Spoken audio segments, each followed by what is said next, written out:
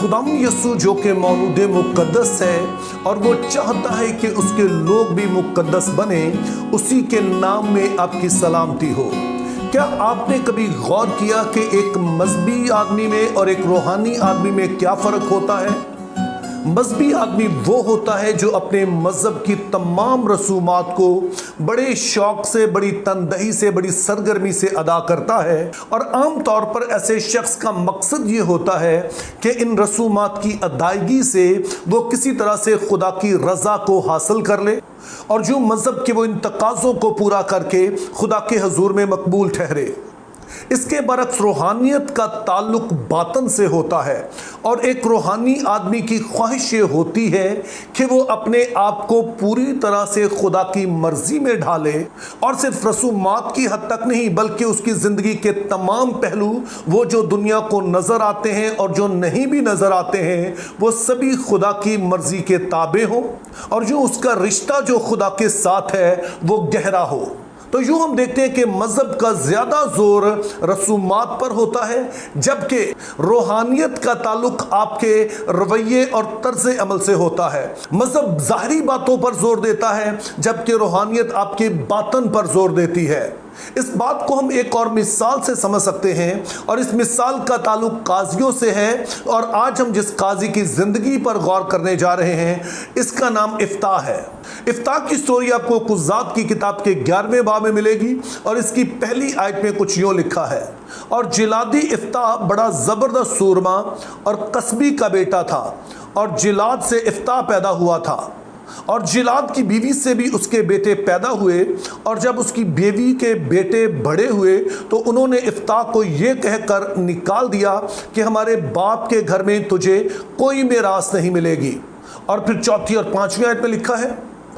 और कुछ अरसे बाद बनी अमून ने बनी इसराइल से जंग छेड़ दी, और जब बनी अमून बनी इसराइल से लड़ने लगे तो जिलादी बुजुर्ग चले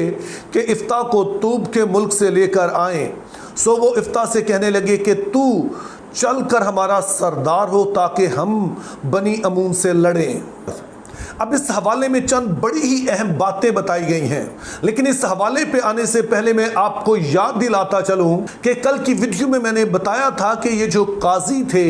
ये दरअसल अपनी कौम का आईना थे, जिनके ज़रिए से हम देख सकते थे कि उस वक्त बनी इसराइल की अपनी हालत क्या थी, क्योंकि जिस तरह की कौम थी उस कौम में से वैसे ही लीडर सामने आए। और कुज़ात की किताब का एक बड़ा मकसद यही बताना है कि बनी इसराइल उस वक्त किस तरह के थे और उनके लीडर जो निकले वो किस तरह के थे। और यूं तो राह तैयार होती है ताकि एक बादशाहत कायम हो कि यहां पर एक रास्तबाज बादशाह उन पर हुकूमत कर सके।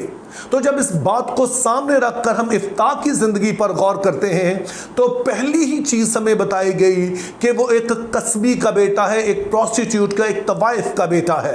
अब जाहिर है कि अगर ये कस्बी का बेटा है तो इसमें इसका कसूर तो नहीं है, लेकिन ये बात भी याद रहे कि शरीयत में इस तरह की बात को इंतहाई मायूब समझा गया है और इसके लिए बड़े ही सख्त लफ्ज इस्तेमाल हुए हैं। मिसाल के तौर पर काहिनों से कहा गया कि वो किसी तवाइफ से, किसी कस्बी से शादी ना करे। हत्ता के काहिनों से कहा गया कि अगर उनकी कोई बेटी कोई कस्बी का पेशा इख्तियार कर लेती है तो वो दरअसल कैपिटल पनिशमेंट की हकदार है, यानी उस पर सजाए मौत लागू होती है। और ना सिर्फ काहिनों से ही कहा गया बल्कि आम लोगों से भी कहा गया कि वो इस बात का ख्याल रखें कि उनके घराने की खवातीन इस तरह का कोई पेशा इख्तियार ना करें। और फिर यही सबब है कि जब ये भी जवान होता है और इसके सौतेले भाई जो कि इसके बाप की असल बीवी से पैदा हुए थे वो भी जवान हो जाते हैं तो वो इसे घर से निकाल देते हैं, चूँकि वो समझते हैं कि ये मुनासिब बात नहीं है कि ये हमारे साथ रहे और जायदाद में से हिस्सा पाए।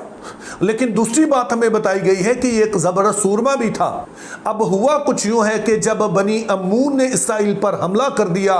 तो अब ज़रूरत पड़ी किसी ऐसे जंगजू की जो कि बनी इसराइल की तरफ से लड़ सके। तो अब सोचिए ज़रा कि बनी इसराइल के बुजुर्ग जो सरकर्दा लोग थे, जो कि बड़े मोतबर लोग थे, वो इसके पास जाते हैं कि तू आ और हमारी तरफ से बनी अमून के साथ लड़। सो एक तरफ तो इसके जो भाई हैं वो इसे घर से निकाल देते हैं, वो समझ समझते हैं कि ये इस काबिल नहीं है कि हमारे साथ रहे, लेकिन बाद में फिर बनी इसराइल के बुजुर्ग खुद इसे बुलाते हैं, एक ऐसे शख्स को जो कि उनकी नजर में मायूब है, लेकिन जब जरूरत पड़ती है तो उसी को बुला लेते हैं ताकि फिर इसके जरिए से वो अपनी जान छुड़ा सके बनी अमून से। तो यूं हम देखते हैं कि बनी इसराइल उस वक्त ऐसी हालत में थे कि जहां पर उन्हें खुदा के कलाम से, रूहानियत से, इन बातों से कोई ज्यादा गर्ज नहीं थी। उनका वाहिद मकसद था कि कोई भी हो, उसका जो भी किरदार हो, बैकग्राउंड हो, उसके साथ जो भी बातें मंसूब हो, लेकिन बहरहाल वो हमें छुड़ा ले। और उसके बाद हम देखते हैं कि इफ्ता पहले तो इनकार कर देता है, वो शिकवा करता है कि तुम ही लोगों ने मुझे घर से निकाला और उस वक्त किसी ने मेरा साथ नहीं दिया और अब मेरी मदद लेने आ गए हो। लेकिन वो फिर इस शर्त पर राजी हो जाता है कि अगर तुम मुझे अपना सरदार बनाओ, और बनी इसराइल उसी शख्स को जिसको पहले उन्होंने निकाल दिया था कि ये कस्बी का बेटा है, अब उसे अपना सरदार बनाने पर राजी हो जाते हैं। लेकिन ज्यादा अहम बात यह है कि इफ्ता जब बनी अमून के खिलाफ जंग के लिए जाता है तो वो खुदा के हुजूर में मन्नत मानता है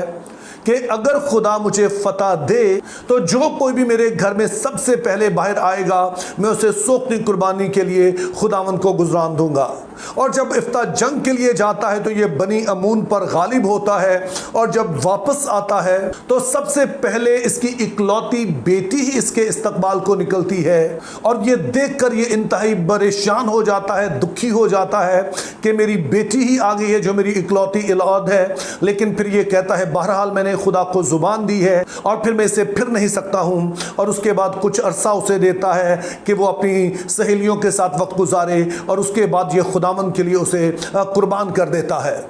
अब सवाल ये पैदा होता है कि इसका ये अमल दुरुस्त है या गलत है। अगर तो आप मजहबी हैं तो आप कहेंगे इसने बिल्कुल ठीक किया, क्योंकि इफ्ता ने कहा था कि मेरे घर से जो भी सबसे पहले निकलेगा मैं उसे कुर्बान कर दूंगा, और जाहिर है कि ये लड़की निकली है तो इसने उसे कुर्बान कर दिया। तो इस तरह से ये अपनी बात पर कायम रहा है। लेकिन अगर आप रूहानी हैं तो आप इसके इस अमल को किसी तरह से कबूल नहीं कर सकते हैं। उसका सबब यह है कि बनी इसराइल को बहुत ही वाज़ेह तौर पर हुक्म दिया गया कि वो अपने बच्चों को आग में ना चलाएं और ना ही उन्हें किसी देवता के लिए कुर्बान करें।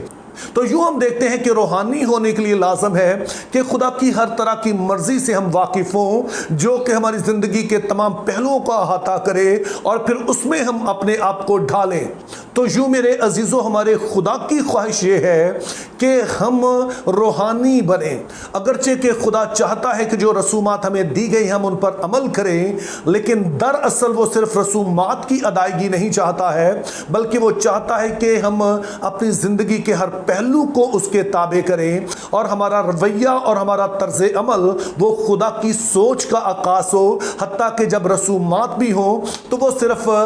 दिखावे की हद तक ना हो, बल्कि वो दिल से हो, और यही वो चीज़ है जो कि खुदा के हुजूर में मकबूल ठहरती है। तो मेरी दुआ है कि खुदा हमें फजल दे कि हम मजहबी ना बने बल्कि रूहानी बने, चूँकि जो रूहानी आदमी है वही अपनी ज़िंदगी के हर पहलू में रूहानी बातों की तलाश में रहता है। Think biblically, live purposefully, have a very good day.